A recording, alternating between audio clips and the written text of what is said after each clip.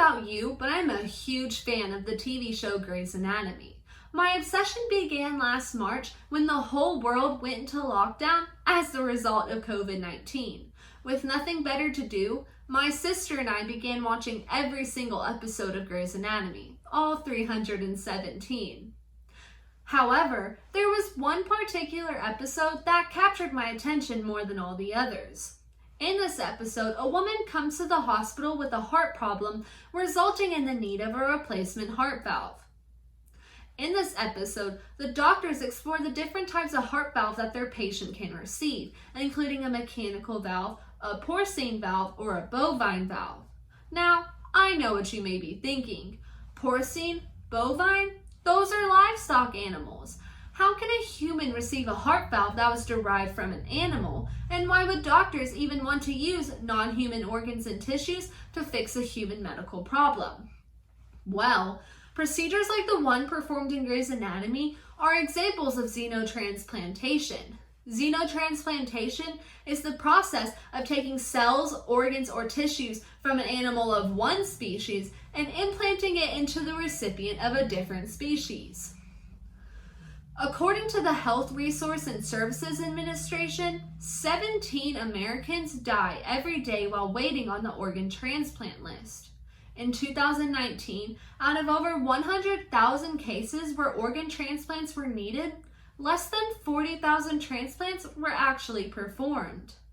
This discrepancy is caused by the increasingly high demand for viable organs as diseases such as cancer, COPD, and diabetes continue to be diagnosed amongst millions of Americans.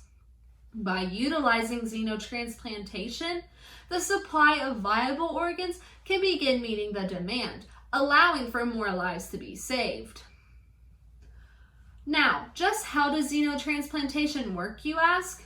With DNA-altering technologies like CRISPR-Cas9, a scissor-like enzyme found in bacteria, scientists are able to genetically modify animals, making them more immunocompatible with humans. This minimizes the chance of rejection, which is the main problem that scientists have come to face when developing xenotransplantation procedures. Pigs are the most commonly used animal for xenotransplantation. This is due to not only because pigs are easier to genetically modify and clone, but also because pigs have organs that are more similar to the size and physiology of human organs. But the problem remaining with pigs are porcine endogenous retroviruses, or PERVs for short.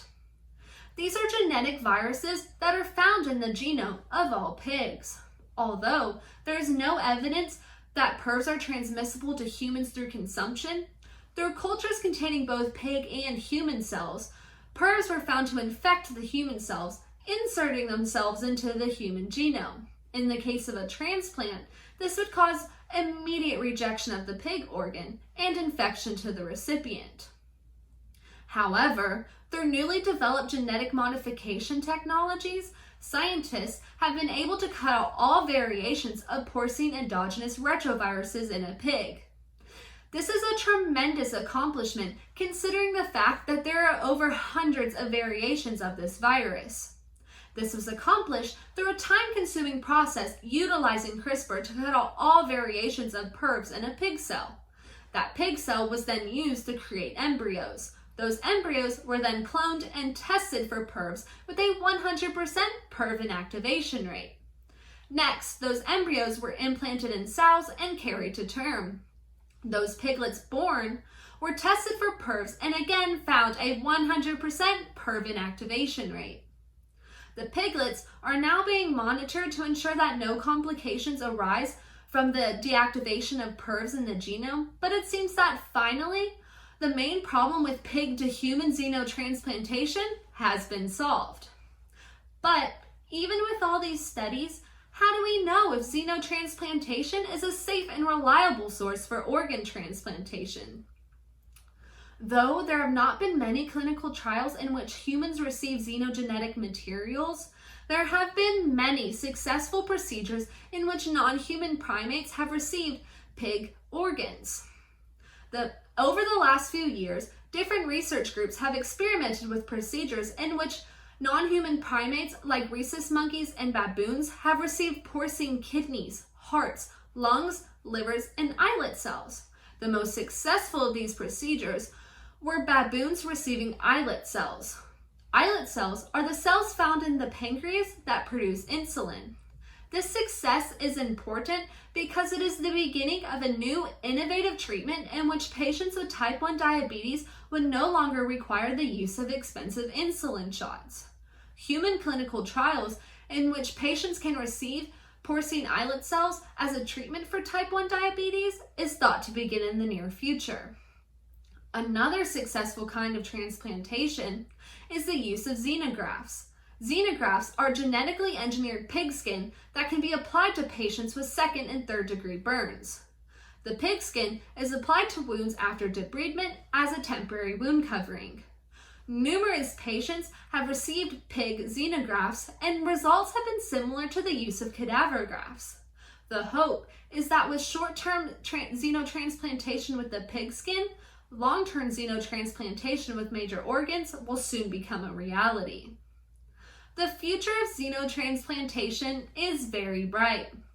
As more and more research continues to take place, discovering groundbreaking information concerning genetic modification, the use of xenotransplantation is on the horizon.